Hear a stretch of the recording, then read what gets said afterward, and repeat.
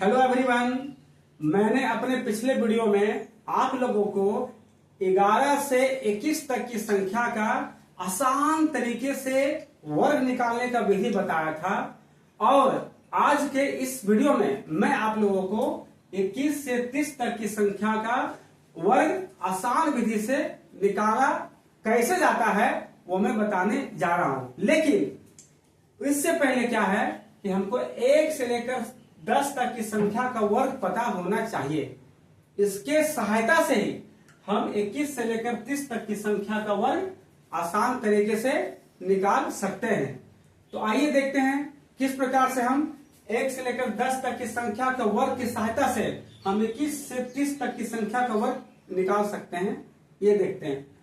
तो 21 है, 21 का वर्ग निकालना है हमको। तो 21 के इकाई का स्थान है 1 और 1 का वर्ग होता है 1। तो यहां पे हम 1 लिख दिए। अब जो है 21 को दुगना कर देंगे तो 21 का दुगना हो जाता है 42 और 42 जो होता है और 2 और 1 को गुना कर देते हैं। ये जो 2 है और 1 है इसको आपस में गुना कर देते हैं तो 2 एका 2 हो जाता है।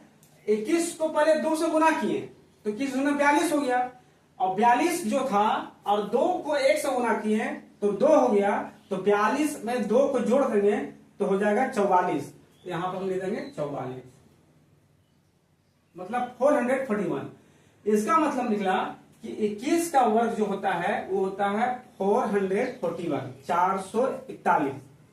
नेक्स्ट क्या है 22 का वर्ग है। नेक्स्ट क्या है 22 का वर्ग। तो 22 के इकाई के स्थान पे है 2 और 2 का वर्ग क्या होता है 4। तो यहां हम 4 लिख देते हैं। उसके बाद क्या करते हैं ये 22 जो लिखा ना 22 को दुगना कर देते हैं, 22 को डबल करते हैं। तो 22 का डबल जब करते हैं तो हो जाता है 44 और उसके बाद जो है इस 2 को इस 2 से आपस में गुना करते हैं। ये जो 2 है इसको आपस में गुना करते हैं तो हो जाता है 2 दूनी 4। तो 22 गुना 44 आया था और 2 को 2 से गुना किए तो 4। तो 44 में 4 को जोड़ देंगे हो जाएगा 48। यहां हम लिखते हैं 48।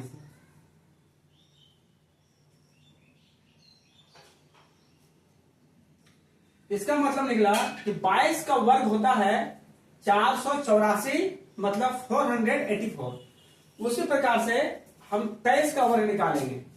तो 23 का वर्ग निकालने में क्या करते हैं तो 23 का इकाई का स्थान है 3 और 3 का वर्ग होता है 9। तो यहां पे हम 9 लिख देते हैं। लिख दिए। अब क्या करेंगे कि 23 जो लिखा है 23 को दुगना करते हैं, 23 को डबल करते हैं। तो 23 को जब डबल करते हैं तो आता है 46।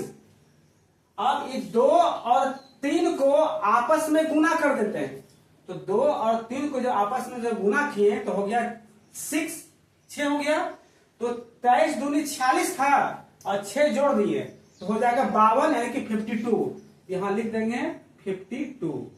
अब जो हो गया वो आपका हो गया 529 मतलब 23 का जो वर्ग होता है वो होता है 529।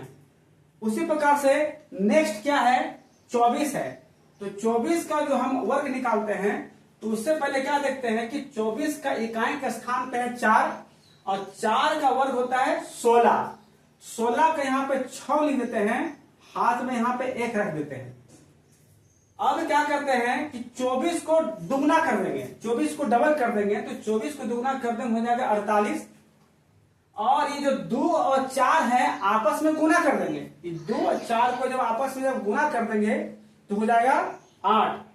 तो 48 में 8 को जोड़ देंगे तो हो जाएगा 56 और हाथ में 1 था हो जाएगा 57 यहां हो जाएगा 576 हो जाएगा। इसका मतलब निकला कि 24 का वर्ग होता है 576। इसी प्रकार से हम 25 का वर्ग निकालते हैं। तो 25 के इकाई का स्थान है 5 और 5 का वर्ग होता है 25।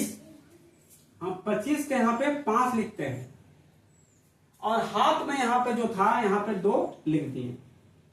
अब क्या करते हैं, 25 को डबल करते हैं, तो 25 को जब डबल करते होता है 50, और ये 2 और जो 5 है इसको आपस में गुना कर देते हैं, तो 2 5 हो गया 10, तो 25 दूनी 50 और 2 5 10, इसको जोड़ देते हैं 50 और 10 को, तो हो जाता है 60, और हाथ में 2 था, हो गया 62, तो यहां लिख देते हैं 62। इसका मतलब निकला कि 25 का वर्ग होता है 625। नेक्स्ट इसी प्रकार से अब हम 26 का वर्ग निकालते हैं। तो 26 का वर्ग में निकालने के पहले क्या करते हैं, तो देखते हैं कि 26 के इकाई के स्थान पे क्या है 6, और 6 का वर्ग होता है 36, तो यहाँ 36 का 6 लिख देते हैं, और हाथ में जो था 3 यहाँ लिख देते हैं। उसके बाद क्या करते हैं, 26 को डबल कर देते हैं, तो 26 को जब डबल करते हैं तो हो जाता है 52, और ये जो 2 और जो 6 है इसको आपस में गुना कर देते हैं, तो 2 6 12, 2 6 12 और 26 दूनी 52, तो 2 6 12 और 26 दूनी 52 को जोड़ते हैं तो हो जाता है 64, और हाथ में यहाँ 3 था, हो जाएगा 67, तो यहां नहीं देते हैं 67। इसका मतलब है कि 26 का वर्ग निकला 676, 676। उसी प्रकार से हम 27 का वर्ग निकालते हैं, तो 27 का इकाई के स्थान पर है 7, और 7 का वर्ग होता है 49। 49 का जो 9 है, 9 यहां पे लिख देते हैं, जो हाथ में जो था 4, यहाँ 4 लिख देते हैं।